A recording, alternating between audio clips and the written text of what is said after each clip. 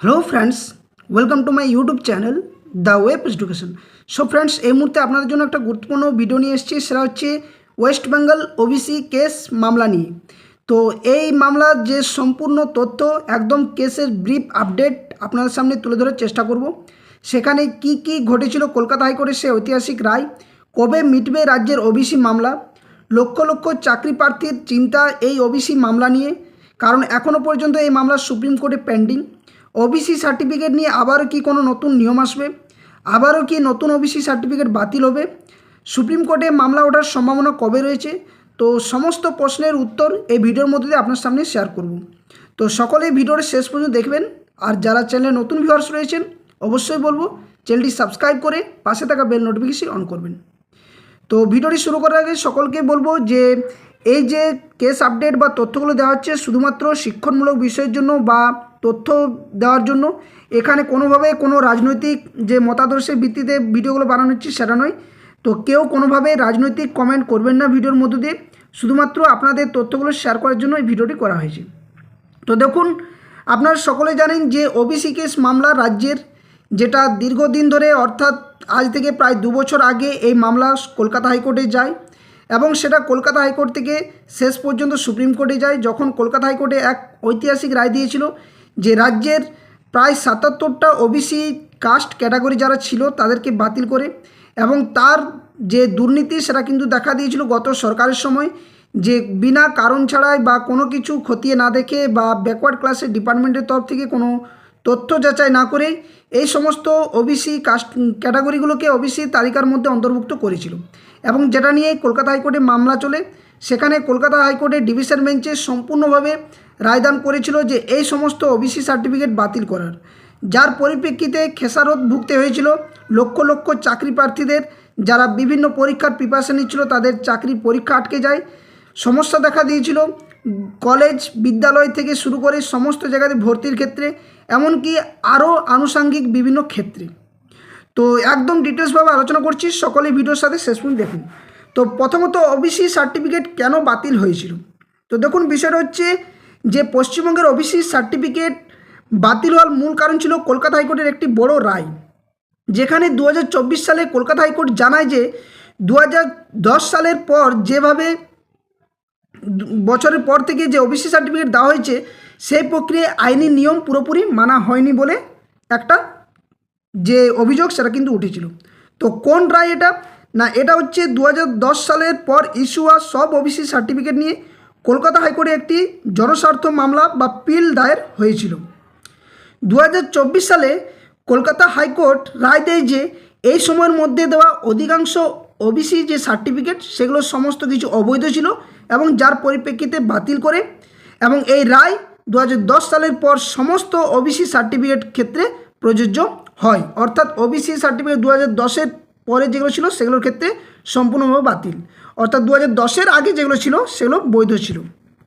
এখানে আদালতের পর্যবেক্ষণ কী ছিল, তো আদালতের পর্যবেক্ষণ ছিল যে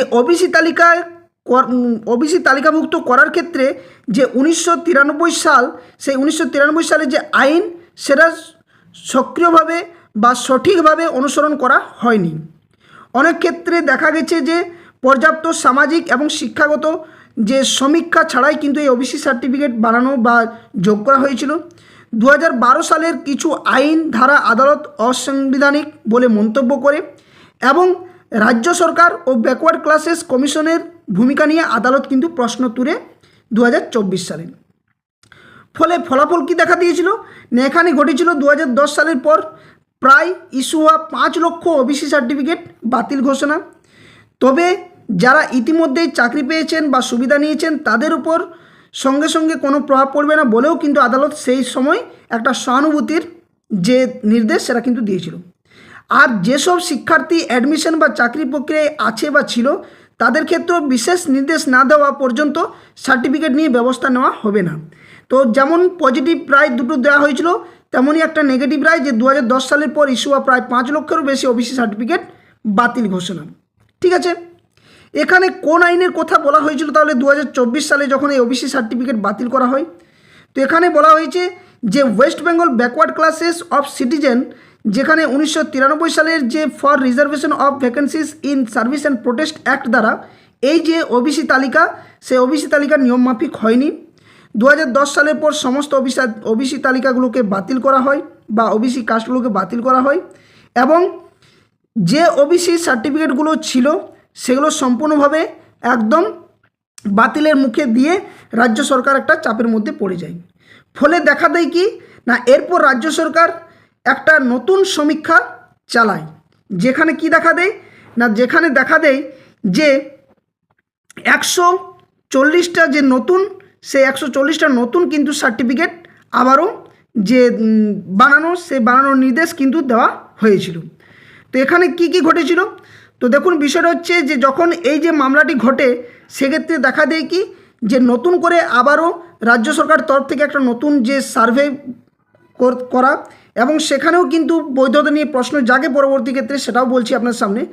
তো যখন এই নতুন ওবিসি তালিকা বানানোর যে তৈরি করা হলো নতুন ওবিসি তালিকা, সেখানেও কিন্তু নানান প্রশ্ন ওঠে। তো এই 140টি তালিকার মধ্যে অনেক কিছু রদবদল ঘটে, যেখানে ওবিসি এ থেকে বি, বি থেকে এ, এই সমস্ত একটার পর একটা কিন্তু যে রদবদল ঘটে, যার পরিপ্রেক্ষিতে কী হয় যে মামলাটি আরও সুদৃঢ় হয়। এবং এই নিয়ে যখন কলকাতা হাইকোর্টের যে রায়, সেই রায়ের উপর ভিত্তি করে যখন রাজ্য সরকার সুপ্রিম কোর্টে যায়, তখন আরও কিছু যে পিটিশনার তারা কিন্তু সুপ্রিম কোর্টে মামলা করে। তো কি হয়েছিল, তো দেখুন যখন 2024 সালে ওবিসি সার্টিফিকেট বাতিল হয় কলকাতা হাইকোর্টে, তখন যে বিচারপতিদ্বয় ছিলেন জাস্টিস তপব্রত চক্রবর্তী এবং জাস্টিস রাজশেখর মান্থা, যেখানে যে মূল মামলাটি ছিল 2024 সালে কলকাতা হাইকোর্টের Amalchandra Das versus state of West বেঙ্গলের মামলা। ঠিক আছে, এই মামলার রায়দান ঘটেছিল কবে না, এই মামলার রায়দান ঘটেছিল 2024 সালের 22শে মে। আদালত যে সমস্ত ধারাগুলো বাতিল করেছিল, যে সমস্ত ধারায়, সেটা হচ্ছে কি না, West Bengal backward classes others than ST/SC যে অ্যাক্ট 2012, যেখানে স্যাংশন 16, স্যাংশন 2H এবং স্যাংশন 5A এবং আরও কিছু শিডিউল, এই নিয়ে কিন্তু যে ধারাগুলো লাগিয়ে মামলাটা ক্ষেত্রে রায়দান করে এবং ওবিসি সার্টিফিকেটগুলো বাতিল করে। তো বর্তমানে হাইকোর্টের রায়ের আগে পর্যন্ত যে সমস্ত বিষয়গুলো ঘটেছিল, সেক্ষেত্রে সুপ্রিম কোর্টে এই মুহূর্তে অবস্থান কি রয়েছে। তো 2010 সালের পর সমস্ত ওবিসি সার্টিফিকেট বাতিল। তারপর 22শে মে 2024 সালে কলকাতা হাইকোর্টের যে রায়, সেখানে 77টা ওবিসি যে শ্রেণীভুক্ত তালিকা বা জাতি ছিল তাদেরকে অবৈধ বলা হয়। তারপর 2024 সালে সুপ্রিম কোর্টে যায় একটা অ্যাপিল করে রাজ্য সরকার তরফ থেকে, এবং 2025 সাল সেখান থেকে যে মামলা, সেই মামলার রূপ নেয়। যে মূল মামলাটা সেটা হচ্ছে Amalchandra Das versus state of West Bengal মামলা। আর এই মামলার সাথে অনেকগুলো মামলা কানেক্টেড হয়, আর বর্তমানে এই মামলা এখনও বিচারাধীন চলছে। তো এখানে সুপ্রিম কোর্টে যে বেঞ্চে বিচারপতিরা বসেন, যদিও কিছু ক্ষেত্রে রদবদল দেখা দিতে পারে, যেখানে পশ্চিমবঙ্গের ওবিসি মামলার জন্য বিচারপতি জাস্টিস VR গাভাই ছিল এর আগে, এখন বিচারপতি যেহেতু চেঞ্জ হয়েছেন। তারপর justice K Vinod Chandran, justice NV Anjaria এবং জাস্টিস বিপুল পঞ্চলি, এই সমস্ত বিচারপতিরা কিন্তু মামলাগুলো শুনছিলেন। যদিও এই মুহূর্তে যেহেতু আমাদের সুপ্রিম কোর্টের প্রধান বিচারপতি পরিবর্তন ঘটেছে, সেখানে অন্যভাবে আরও মামলাগুলো দেখা হচ্ছে। তো এই যে মামলা, ওবিসি মামলা বর্তমানে চলছে, সেখানে অনেকগুলো ডায়েরি নাম্বার, অনেকগুলো মামলার ট্যাগ হয়েছে। যেখানে মূল মামলাটা আপনাদের বললাম, যার কেস নাম্বার হচ্ছে SLP নাম্বার যেটা রয়েছে 17751 থেকে 17755/2024, আর যার মূল ডায়েরি নাম্বার হচ্ছে 27287/2024, state of West Bengal versus Amalchandra দাসের মামলা। এই মামলার সাথে আরও অনেকগুলো মামলা আছে, যার ডায়েরি নাম্বার দেখতে পাচ্ছেন আপনারা 30078/2024, 31942/2024, 31944/2024 এবং 36073/2024, এবং অনেকগুলো SLP কানেক্টেড এই মামলার সাথে রয়েছে। এখানে অনেকগুলো যে রেসপন্ডেন্টস তারা রয়েছেন, যেটা অমলচন্দ্র দাস রয়েছে, the state of West Bengal রয়েছে, তারপরে নীলমধব কর্মকার রয়েছে, নুরুল হক রয়েছে, শ্রী আত্মদ্বীপ রয়েছে। এই মামলাটা একটা গুরুত্বপূর্ণ মামলা। তারপরে রয়েছে পুরবী দাস মামলা। তো এইগুলো মামলা ট্যাগ হয়েছে। তো প্রত্যেকটি মামলা এই মুহূর্তে সুপ্রিম কোর্টে পেন্ডিং অবস্থাতে রয়েছে। যদিও কিছুদিন আগে এই মামলার শুনানি হওয়ার কথা ছিল, কিন্তু এখনও পর্যন্ত মামলাটি শুনানি হয়নি। এখন প্রশ্ন জাগছে যে এই যে ওবিসি সার্টিফিকেট যে মামলাটা চলছে এবং বর্তমানে যে 140টা লিস্ট প্রকাশ করা হয়েছে এবং এই ভিত্তিতে যে নিয়োগ প্রক্রিয়া, অনেকগুলো নিয়োগ প্রক্রিয়াও সম্ভবত হয়েছে এবং অনেকগুলো যে নোটিফিকেশন চাকরি সেগুলো কিন্তু অলরেডি ওপেন উইন্ডো করে দিয়েছে, সাথে সাথে ভর্তি প্রক্রিয়াগুলো চলেছে। প্রশ্ন জাগছে তাহলে যে নতুন যে ওবিসি সার্টিফিকেট বানানো হলো 2025 সালের পর, যখন কলকাতা হাইকোর্টের যে রায় এবং সুপ্রিম কোর্টের একটা জাজমেন্টের উপর ভিত্তি করে, সেখানে আদৌ কি এই 140টা তালিকা ফলপ্রসূ হবে?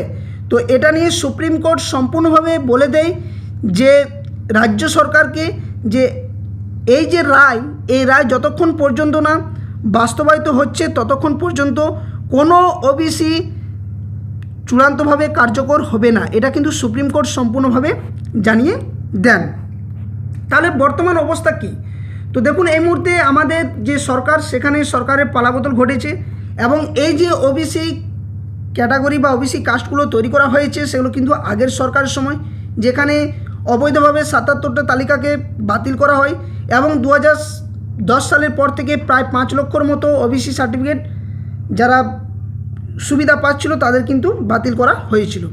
কিন্তু 140টি যে তালিকা, তার ভিত্তিতে কিন্তু এখনও পর্যন্ত যে নিয়োগ নোটিফিকেশানগুলো সেগুলো এতদিন পর্যন্ত প্রকাশ হয়েছে এবং অনেক ক্ষেত্রে নিয়োগ প্রক্রিয়া ঘটেছে বা স্কুল বিদ্যালয়গুলোতে ভর্তি হয়েছে। তাহলে এই যে নতুন সরকার আসছে বা এসে গেছে, তো এখানে এই যে মামলা, এই মামলাতে কতটা প্রভাব পড়তে পারে সরকারের উপর, বা সরকার এই ক্ষেত্রে কী পদক্ষেপ নেবে, কবে এই ওবিসি সার্টিফিকেট মামলাটা দ্রুততার সাথে মিটবে, এটা নিয়ে অনেকেই কিন্তু অধীর আগ্রহে তাকিয়ে রয়েছেন সুপ্রিম কোর্টের দিকে। তো এই নিয়ে এখনও পর্যন্ত যে আপডেট আপনারা সুপ্রিম কোর্টে অ্যাফিলিয়েটেড ওয়েবসাইটে দেখতে পারেন, অথবা আমার ভিডিও ডেসক্রিপশন বক্সে দেওয়া official Telegram channel link, official Facebook পেজের লিঙ্ক দেওয়া রয়েছে, সেখানে আপনারা যুক্ত হলে ওখান থেকে যে কোনো কেস আপডেট পেয়ে যাবেন। আমি সমস্ত কিছু তথ্য শেয়ার করে থাকি সেখানে। তো আপনারা যদি সেখানে দেখেন, দেখতে পাবেন এখনও পর্যন্ত মামলাটা যে হিয়ারিং মোশন রয়েছে, কিন্তু এখনও পর্যন্ত মামলা পেন্ডিং। অনেকবার ওঠার কথা, কিন্তু অনেক সময় ওঠেনি, বিভিন্ন কারণে, হয়তো কোনো সময় অ্যাডভোকেটদের অবস্থান নেই, অনেক সময় দেখা যাচ্ছে জাজের পরিবর্তন ঘটেছে, অনেক সময় বর্তমানে যে সরকার পরিবর্তন, সেক্ষেত্রে সমস্ত কেস বা মামলার ক্ষেত্রে পক্ষে বা বিপক্ষে রায় দিতে এখন একটা আবেদন করা হয়েছে সুপ্রিম কোর্ট তথা কলকাতা হাইকোর্টে। তো এই নিয়ে যে মামলাটা চলছে ওবিসি মামলা, এখনও পর্যন্ত পেন্ডিং। তো কবে মিটবে, আবারও কি নতুন ওবিসি সার্টিফিকেট যেগুলো হয়েছে সেগুলো বাতিল হবে নাকি থাকবে, এই নিয়ে চূড়ান্ত রায় একমাত্র সুপ্রিম কোর্ট বা মহামান্য সুপ্রিম কোর্ট এবং বিচারপতিদের উপরেই নির্ভর করছে। তো পরবর্তী আপডেট যদি আসে অবশ্যই আপনার সামনে সেই তথ্য তুলে ধরব। তবে এই যে দীর্ঘদিন ধরে 2010 সালের পর 5 লক্ষ ওবিসি সার্টিফিকেট বাতিল, বা সরকারের যে একটা দুর্নীতির ছোঁয়া দেখা গিয়েছিল, সেটা কিন্তু বিচক্ষণ লক্ষ্য দেখা দিয়েছিল সেই মুহূর্তে, এবং যে ঐতিহাসিক রায় কলকাতা হাইকোর্ট দিয়েছিল, সেখান থেকে অনেকের যে চাকরি পাওয়ার সেই মুহূর্তে যে সময়, সেটাও কিন্তু একটা দীর্ঘদিন প্রায় 2 বছর সেটা